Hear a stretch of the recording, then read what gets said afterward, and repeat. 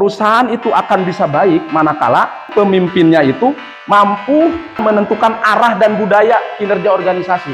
Tidak lupa bahwa kepemimpinan itu harus memiliki dua arah komunikasi itu.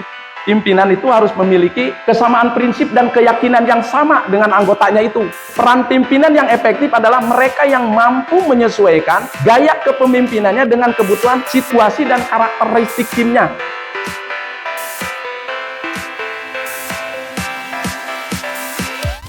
Bismillahirrahmanirrahim. Assalamualaikum warahmatullahi wabarakatuh. Perkenankan, nama saya Junaidi STMM. Saya dosen tetap di program studi Teknik Industri Fakultas Teknik Universitas Pamulang atau sering orang disebut Unpam. NIDN saya 0416067005 dengan rumpun keilmuan yang saya miliki yaitu Business Management. Saya mengampu mata kuliah Manajemen Sumber Daya Manusia pada semester 5. Perkenankan, saya akan menjelaskan mata kuliah yang saya ampu yaitu Manajemen Sumber Daya Manusia dengan metode DAI, yaitu Delivery, Interaction, dan Assessment. Delivery adalah bagaimana proses pembelajaran disampaikan kepada mahasiswa. Interaction adalah interaksi yang terjadi antara dosen dan mahasiswa, dan Assessment adalah penilaian akhir mahasiswa secara struktur dan objektif.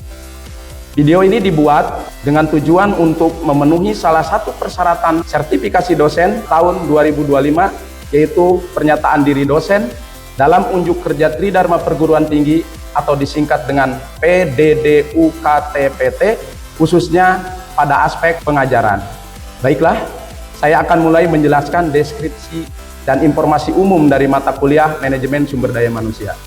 Manajemen Sumber Daya Manusia ini merupakan mata kuliah yang diselenggarakan untuk membekali mahasiswa dengan pengetahuan, keterampilan, serta pemahaman yang mendalam mengenai bagaimana mengelola manusia sebagai aset utama dalam organisasi atau perusahaan, sebagai bekal untuk menjadi seorang profesional di dunia industri.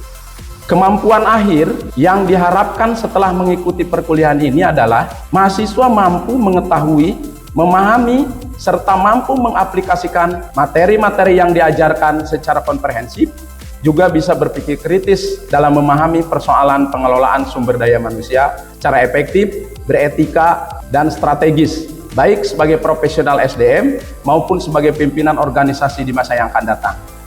Materi yang akan dibahas dalam perkuliahan ini terdiri dari 14 kali pertemuan di luar UTS dan UAS. Adapun materi-materi tersebut antara lain, pertemuan pertama membahas mengenai pengertian, fungsi, kegiatan manajemen sumber daya manusia, serta acuan dalam mengelola SDM. Pertemuan kedua membahas mengenai kepribadian. Pertemuan ketiga mengenai minat tenaga kerja dan pengelolaan SDM. Pertemuan keempat membahas mengenai proses perencanaan SDM dan tujuan perencanaan. Pertemuan kelima membahas mengenai pengertian, analisa jabatan dan tujuan analisa jabatan. Pertemuan keenam membahas mengenai pengadaan tenaga kerja. Pertemuan ketujuh membahas mengenai orientasi, sosialisasi, dan penempatan. Pertemuan ke-8 membahas mengenai komunikasi dan keterampilan berkomunikasi. Pertemuan ke-9 membahas mengenai kebutuhan training serta suatu solusi dalam pengembangan SDM. Pertemuan ke-10 membahas mengenai konsep training dan evaluasi. Pertemuan ke-11 membahas mengenai konflik. Pertemuan ke-12 membahas mengenai kepemimpinan dalam perusahaan. Pertemuan ke-13 mengenai gaya pengambilan keputusan, dan terakhir pertemuan ke-14 membahas mengenai hubungan kerja dan pemutusannya. Untuk penilaian dari proses perkuliahan ini didapatkan dari pembobotan. Yang pertama, kehadiran dengan bobot 10% dengan minimum kehadiran 75%. Tugas individu dan kelompok serta kuis dengan bobot 20%, UTS dengan bobot 30%, dan UAS dengan bobot 40%. Sehingga dengan total 100%. Metode pembelajaran dalam mata kuliah Manajemen Sumber Daya Manusia ini adalah cara belajar aktif dengan mahasiswa sebelumnya mendownload materi DLMS atau Learning Management System, yang diharapkan mahasiswa sudah membaca terlebih dahulu materi tersebut sebelum kuliah dilaksanakan. Selanjutnya, dosen melengkapi dengan studi kasus yang menarik agar mahasiswa mampu mengingat sehingga dapat memahami dengan baik materi yang diajarkan. Ada beberapa dari referensi, salah satunya dari Simon Harry tahun 2004, Manajemen Sumber Daya Manusia. Prawira, Psikologi Kepribadian dengan Perspektif Baru, Yogyakarta, Manajemen Sumber Daya Manusia, dan Konsep Teori dan Pengembangan dalam Konteks Organisasi Publik. Baiklah, berikut mari kita simak bersama proses perkuliahan Manajemen Sumber Daya Manusia ini yang saya ampuh.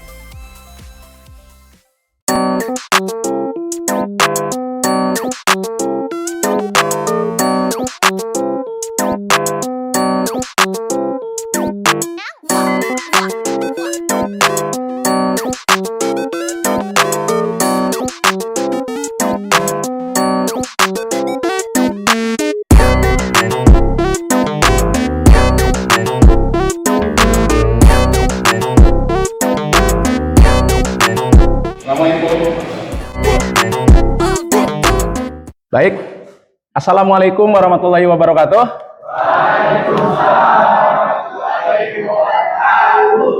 Apa kabar? Semangat ya? Iya. Kalau mahasiswa itu memang harus semangat, menyelesaikan sesuatu tanpa semangat nggak bakal selesai. Oke ya, kita hari ini mata kuliah apa? Kirain saya lupa gitu ya. Ini mata kuliah Manajemen Sumber Daya Manusia. Yang kita bahas kira-kira kita harus berdoa dulu sebelum kita memulai aktivitas. Baik ya, sebelum kita memulai aktivitas, mari sejenak kita berdoa menurut agama dan kepercayaan kita masing-masing. Berdoa dipersilahkan.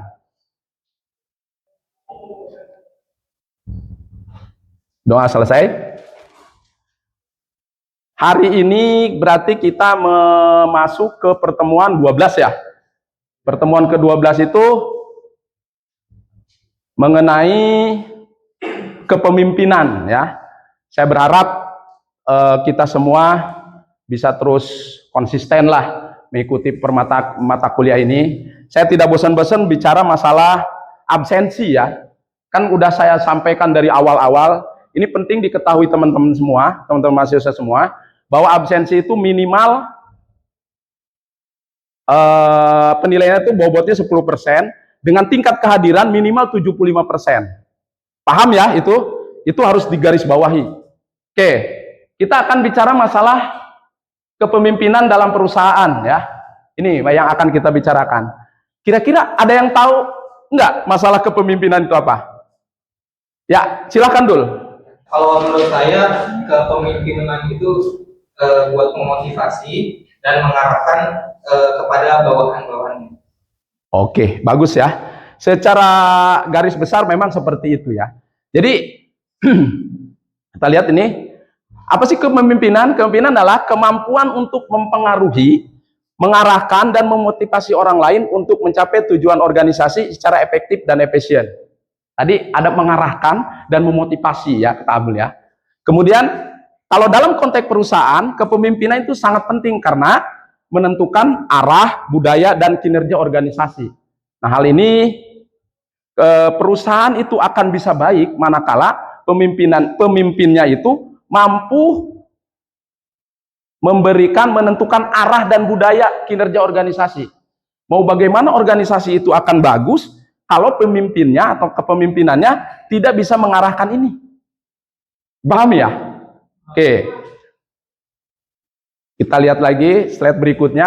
Ini menurut para ahli, kepemimpinan menurut Linjan itu merupakan bagian integral dari proses manajerial yang berfungsi untuk mempengaruhi, mengarahkan perilaku anggota organisasi demi mencapai tujuan. Ujung-ujungnya kan mencapai tujuan ini. Bagaimana mengarahkan, mengorganisirnya itu. Kemudian kepemimpinan yang efektif menuntut adanya pertama kepercayaan, kedua integritas, serta komunikasi dua arah yang baik antara pimpinan dan bawahan. Nah, tidak lupa bahwa kepemimpinan itu harus memiliki dua arah komunikasi itu. Oke? Ya. Dari sini ada yang mau mengomentari? Ya, silakan. Ini bertanya Pak. Jadi apa aja sih Pak fungsi dan peranan kepemimpinan itu? Oke. Fungsi dan peranan kepemimpinan yang pertama, sebentar ya. Kan kepemimpinan itu harus ada fungsinya dong, harus ada perannya. Jadi peran dan fungsinya itu harus yang pertama peran instruksi ya. Peran ini memberikan komunikasi yang satu arah. Jadi menginstruksikan gitu loh. Kalau kita lihat di sini, nah, yang pertama fungsi instruksi. Jadi fungsi instruksi itu fungsi yang bersifat komunikasi dua arah. Pemimpin sebagai komunikator merupakan pihak yang menentukan apa, bagaimana, bila mana, di mana, dan perintah itu harus dikerjakan agar keputusan yang dapat dilakukan secara efektif. Itu fungsi instruksi. Gitu.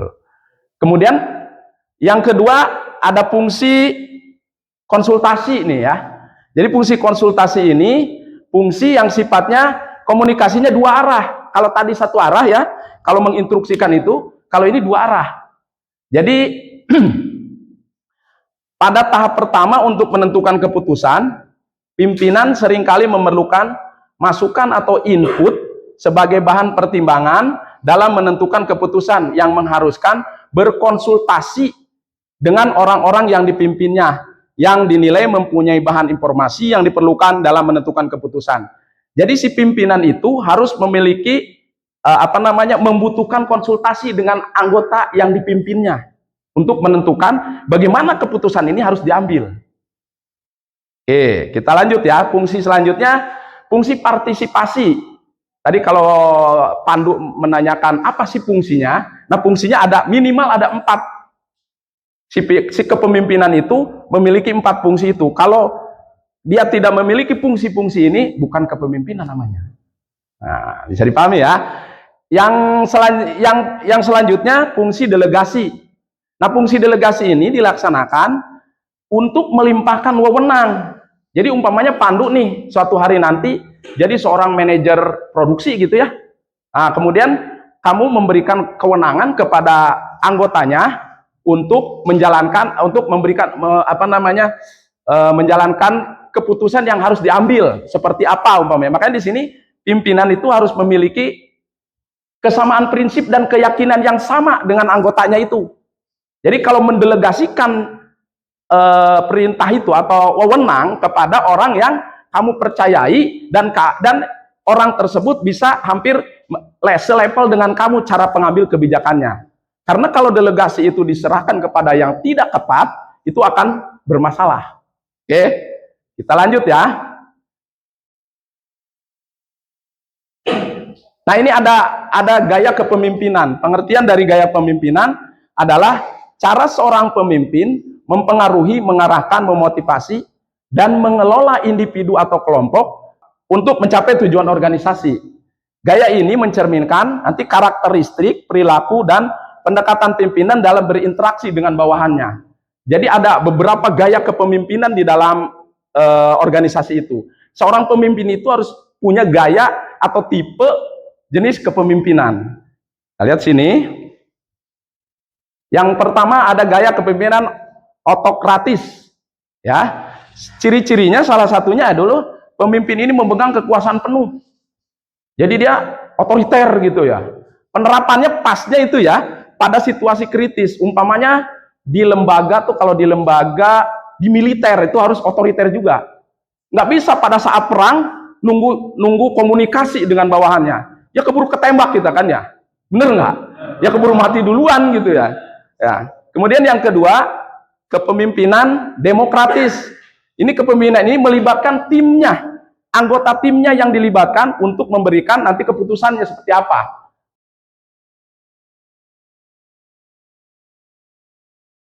Menurut saya sih perlu diidentifikasi Pak dari masalah tersebut apa aja.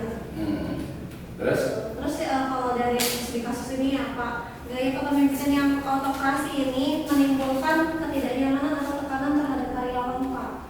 Lalu tidak memberikan ruang atau pendapat ke karyawan tersebut Pak. Hal itu menjadi menurunnya motivasi atau loyalitas karyawan terhadap perusahaan Pak. bagus ya. Identifikasinya berarti kamu tadi memperhatikan dengan baik ya. Nah, kalau kamu seorang pucuk pimpinan, ini kan merasakan dong. Dia berarti tadi berita tuh kayak pucuk pimpinannya gitu. Oh, ini udah bahaya nih. Nah, kira-kira apa yang bisa dilakukan penyelesaiannya? Ada yang tahu? Siapa? Eka ya? Ya, silakan Kak. Itu mengevaluasi dari kepemimpinannya Andi tersebut. Seperti manajemennya perlu melakukan asesmen terhadap kepemimpinan Pak Andi. Setelah itu memberikan umpan balik kepada karyawannya terhadap kepuasan survei kepuasan karyawan tersebut. Iya, bagus ya. Ada yang lain? Jadi, oh ya, silakan Lupti. Oh, Pak Tanis juga, lupa saya namanya. Yang kedua itu Bapak Adi ini harus diuji pelatihan kepemimpinan Pak. Ya. Jadi kepemimpinan yang bergaya transformasional dan demokratis dan fokus pada komunikasi suara, pemberdayaan tim, dan kepemimpinan yang inspiratif. Bagus, betul juga ya Duara. Ya, apa pendapatmu? Juga yang menjadi kesempatan itu penerapan gaya kepemimpinan demokratis itu seperti libatkan karyawan dalam penyusunan jadwal kerja, seperti adanya rapat dalam 3 minggu sekali, Pak. Bagus ya. Jadi kenapa harus dilibatkan tuh si karyawannya? Karena dalam posisi ini karyawan itu kan tidak dilibatkan sehingga menimbulkan tekanan ya. Diidentifikasi tadi ada ketekanan dari karyawan. Karyawan tuh merasa tertekan gitu loh. Kalau dia merasa tertekan, kira-kira kerjanya akan bener nggak? Nggak kan ya. Makanya karyawannya itu kan kalau dia merasa tertekan sehingga tidak bagus pekerjaannya, efeknya apa? Produktivitasnya pasti menurun sehingga tujuan organisasi itu akan tidak tercapai gitu. Pucuk pimpinan jelas marah kan kalau begitu ya. Bener nggak Prit? Kamu pucuk pimpinan ya dalam hal ini. Oke. Nah, salah satu penyelesaian penerapan gaya kepemimpinan ini harus melihat 4 faktor yang di sini ya. Makanya tadi walaupun gaya kepemimpinan ada demokratis, ada otoriter dan lain sebagainya, yang keempat tadi, ini harus melihat tentang ininya. Penerapan gaya kepemimpinan sangat tergantung pada satu, jenis organisasinya. Yang kedua, karakteristik bawahannya. Kita harus mengerti kalau sebagai pimpinan itu, mengerti tentang karakteristik si karyawan tersebut. Pakai gaya apa pasnya gitu. Kemudian yang terakhir, yang selanjutnya, nah ini peran pimpinan yang efektif adalah mereka yang mampu menyesuaikan gaya kepemimpinannya dengan kebutuhan situasi dan karakteristik timnya. Tidak akan terlepas dari itu. Karena kepemimpinan itu, oke, kita ini kesimpulannya ya. Jadi kepemimpinan dalam perusahaan itu merupakan elemen kunci yang sangat menentukan arah, efektivitas, dan keberhasilan organisasi. Seorang pemimpin tidak akan berfungsi sebagai pengarah, tetapi juga sebagai motivator, inovator, dan fasilitator bagi timnya. Gaya kepemimpinan yang diterapkan haruslah disesuaikan dengan kondisi organisasi, karakteristik bawahan, dan tantangan yang dihadapinya. Pimpinan yang efektif adalah mereka yang mampu beradaptasi dan memilih gaya kepemimpinan yang tepat untuk membangun kerja tim yang kuat, meningkatkan produktivitas, serta mendorong inovasi dan loyalitas karyawannya. Oke, ada yang bisa ditanyakan lagi? Kalau cukup, kita akhiri. Wabillahi taufiq wal hidayah. Wassalamualaikum warahmatullahi wabarakatuh.